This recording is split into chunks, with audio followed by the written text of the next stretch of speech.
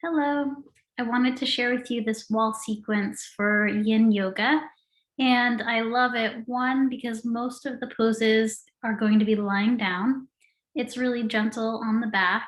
And at the same time, we get to work into the hips, which brings a little bit of intensity. So I thought it was perfect for this time of year where it's kind of cold, but sometimes sunny, and we're starting to kind of build our own internal heat. And the other reason that I love it is you really don't need any props at all.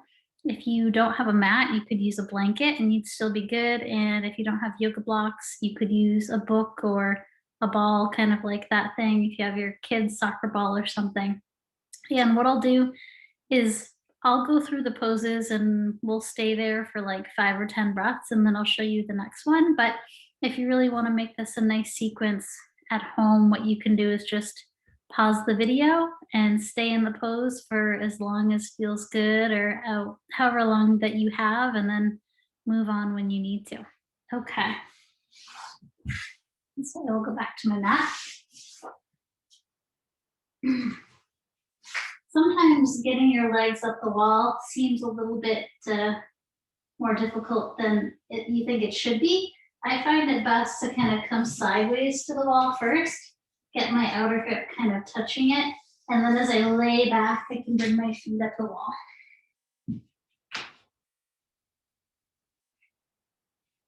And the arms can rest wherever it feels nice.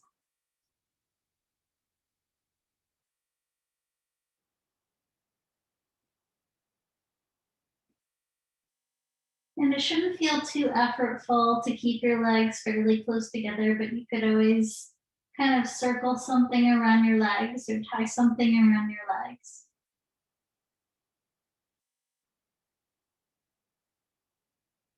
This pose is a great reset, especially if you've had an emotional day, a crazy day, a stressful day.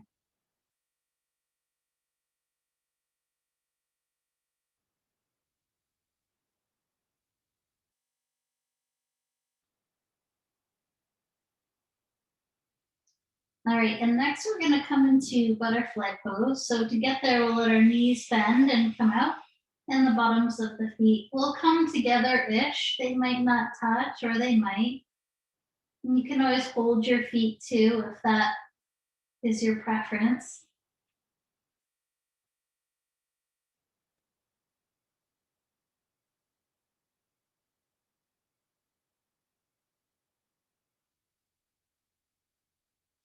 If ever gravity is a bit too much, or there's a lot of sensation, you can always build the ground up to you by placing something in between your body, your limb, and the ground. I'm using my yoga blocks here, but you could really use anything.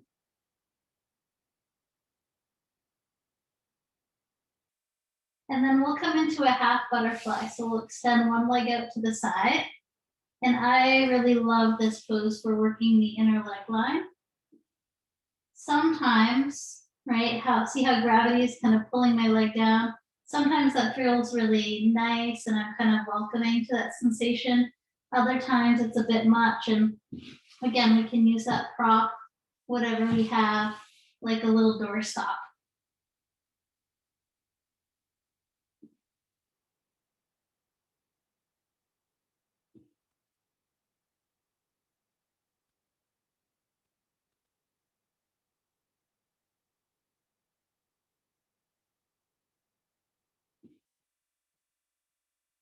And you can stay in any of these poses for a minute to 5 minutes. You could use a timer if you wanted, but sometimes it's best just to use your own intuition and transition when you want to. And then we'll go to the other side. If you find that one side is a little bit tighter, maybe it needs more work, you could stay on that side a little bit longer. Often things aren't symmetrical side to side. Our stronger side tends to be a little bit tighter, so you might feel more sensation on your dominant leg.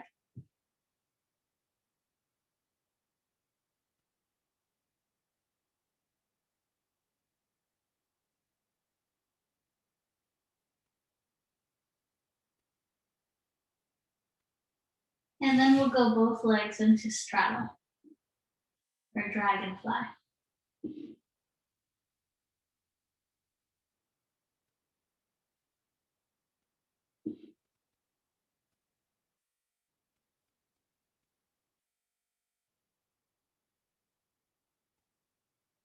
Try to find some ease. Notice if you can soften tension in your body. If you find that your body's kind of clenching and the muscles are holding on, it could be a sign that maybe that depth is too much right now and you could back off a bit.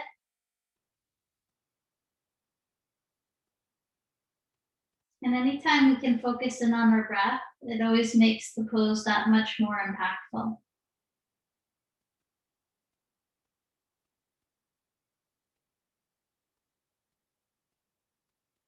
And when you're ready, you can bring the legs back together, back up the wall.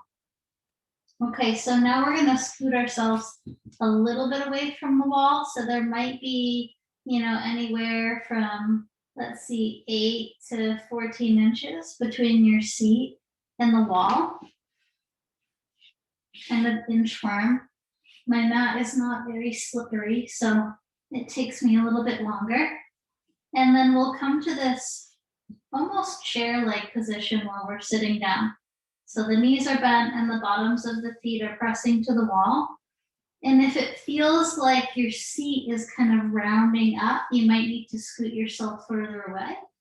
If it feels like you're having trouble getting your feet to stay to the wall, you might need to be a little bit closer. All right, and then we're gonna come into a figure 4 stretch, which will work the outer hip. So to do that, you'll extend the right leg up, and then you can cross the left leg over the right thigh. And then you bend the right leg again to your preference. You just want some sensation, not too much. And if you find that this left knee, this winged knee is coming in towards your chest, you could press out gently with one of your hands, or sometimes it's nice to put a prop there. My preference will probably be that ball over there, right? Something squishy like a ball or a pillow might feel nicer.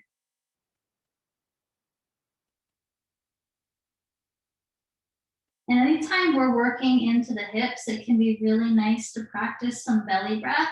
Direct your inhales down to the lower belly, feel how it expands, and you might notice changes in the sensation of your hips as you breathe.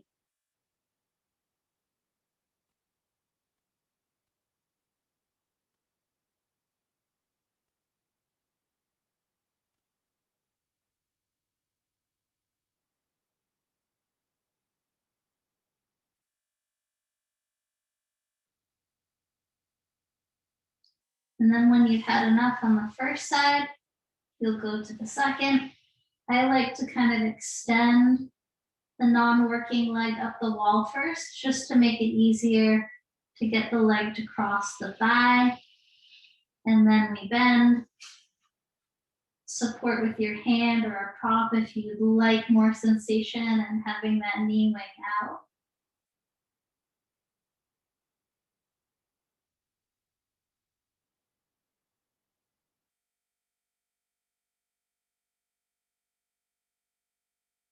I also like these wall hip poses because there's a lot of sensation and emotion that can get stirred up in our hips. But having the sensation of being supported with your mat in this supine position also just brings kind of a calming energy to kind of complement the intensity of what you might be feeling in your hips.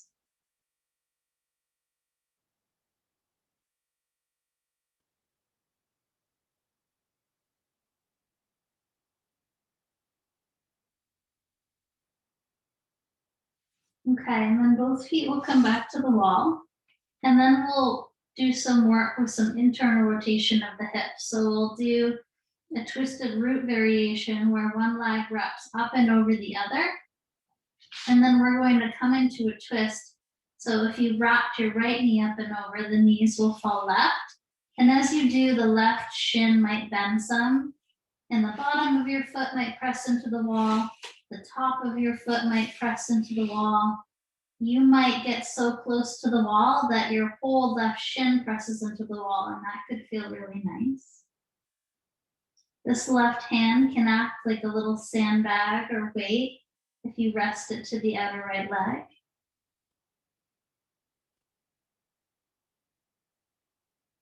And as we settle into this intense twist that can be pretty demanding on the hips, if you notice things soften, you want to go a little bit deeper, maybe you gaze out over to the right hand.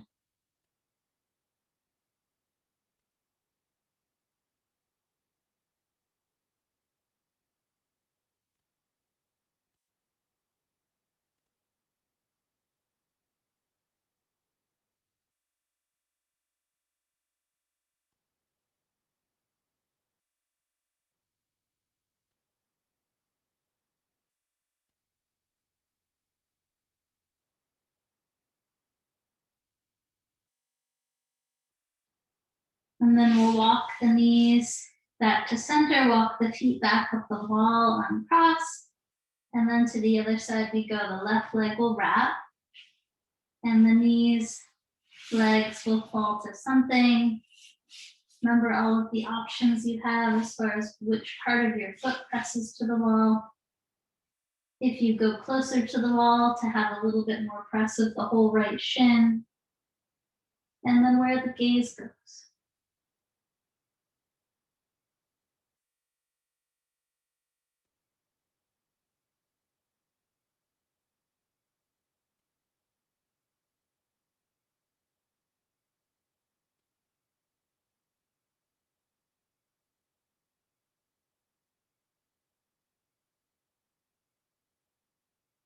Okay, and as we come out of the pose, both feet can come to the wall, and then we'll scoot ourselves even further away. Grab your prop, whatever you have with you, so you can have it once your legs are completely extended and the bottoms of your feet are pressing into the wall. I have no idea if you can even see my head now. Oh well, not important, right? So bottoms of the feet pressing, and arms can be anywhere. One, this feels really nice, just to kind of energize and have your feet rooting into your wall or baseboard, just as if you were standing in mountain pose. And when we extend like that and we use the muscles of the back body, we also get a nice opening in the front of the hips. If you took the class kind of at speed with me, you might not have been flexing for too long, but if you took your time, you were probably flexed at the hips for a long time. So this could feel really nice to be open. Practice some belly breath breathing.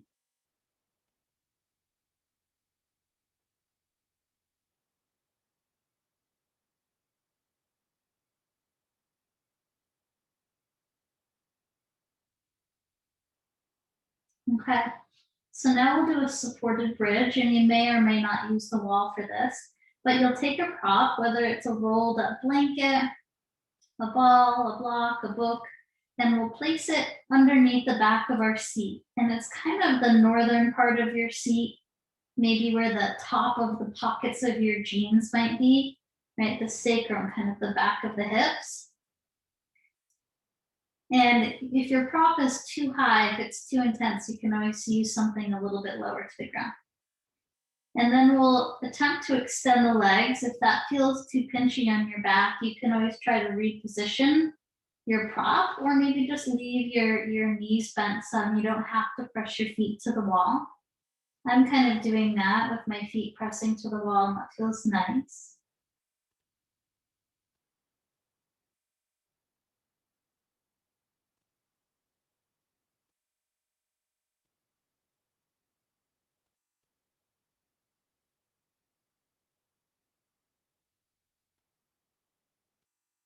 Another reason that I like supine poses to work into the hips is when we take these variations sitting, it can be a bit more challenging to hold our spine in a neutral shape. And when we have the support of our mat against our back, it makes it a little bit more easier. Supported bridge is actually a little bit of a back bend.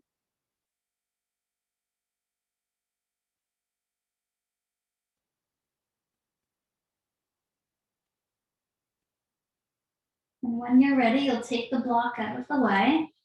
And then we'll go back to that Shavasana type shape or mountain pose shape where our feet are resting, pressing into the wall. And then we'll take a banana pose variation. So we'll step the feet over to the right. Once you do so, you might have to adjust how far you are away from the wall. And then we'll scoot our shoulder blades over to the right. So we're making this banana type arc. And if the shoulders allow, you could bring the arms into this variation with the right hand, holding the left wrist overhead. And you can bring as much bend or straightness to your elbows as feel nice. Sometimes I like to take this pose with my hands behind my head, and then I can reach, in this case, my left elbow kind of up towards you.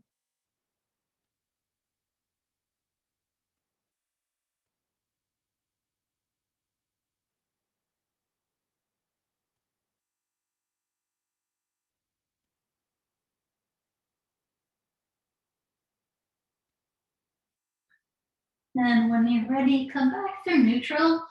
If you're doing them on your own, you may want to take a little bit of extra time in between sides. Most of these poses have a left and a right, and it can be nice to pause, build that mind-body awareness just by really noticing and feeling, comparing left to right, the aftermath of the pose.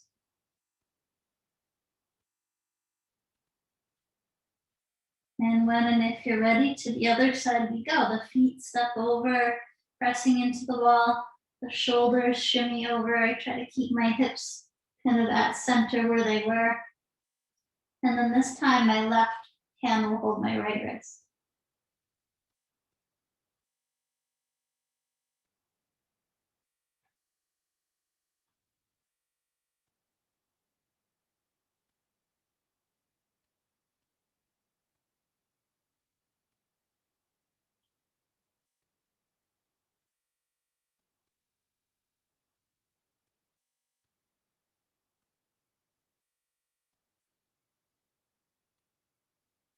And then we'll transition out.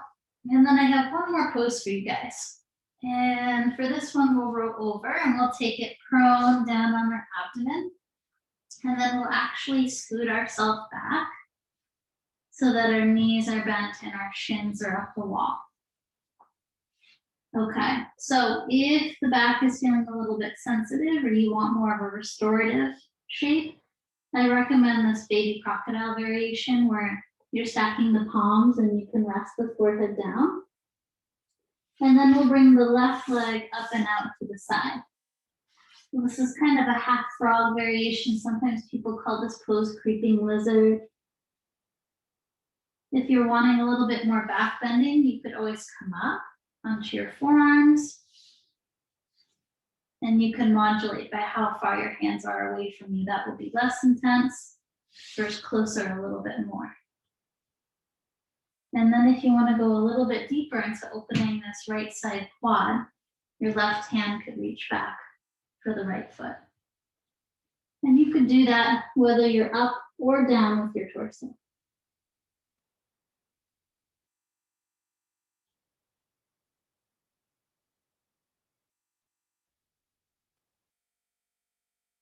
I should have said you can also use your block here.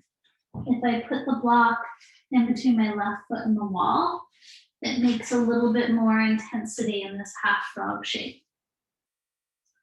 And then when you're ready to go to the other side, I recommend bringing your torso down just so you're not squirming too much while you're in your back bend. And the left shin will come up the wall. And then the right leg comes up and out into that half frog shape. You could stay down. You could be up. The right hand could reach back for the left foot.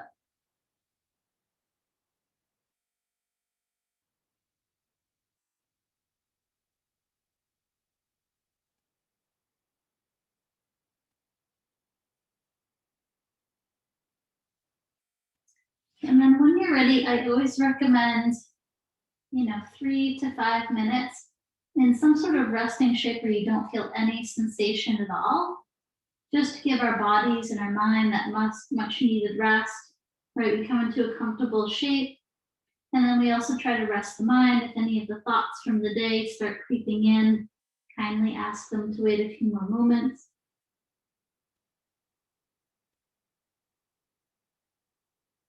You could take that laying on your belly, laying on your back, laying on your side, maybe back to legs up the wall.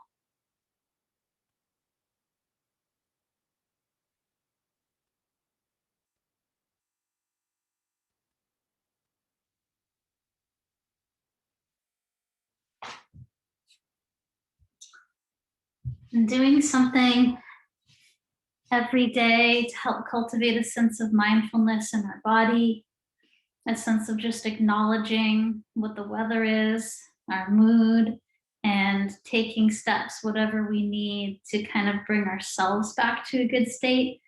It's, I think, probably one of the best things we can do just to show up in this world because it affects how we are with other people and how we receive the world. So, thank you very much for tuning in, and I hope you take care and have a great day.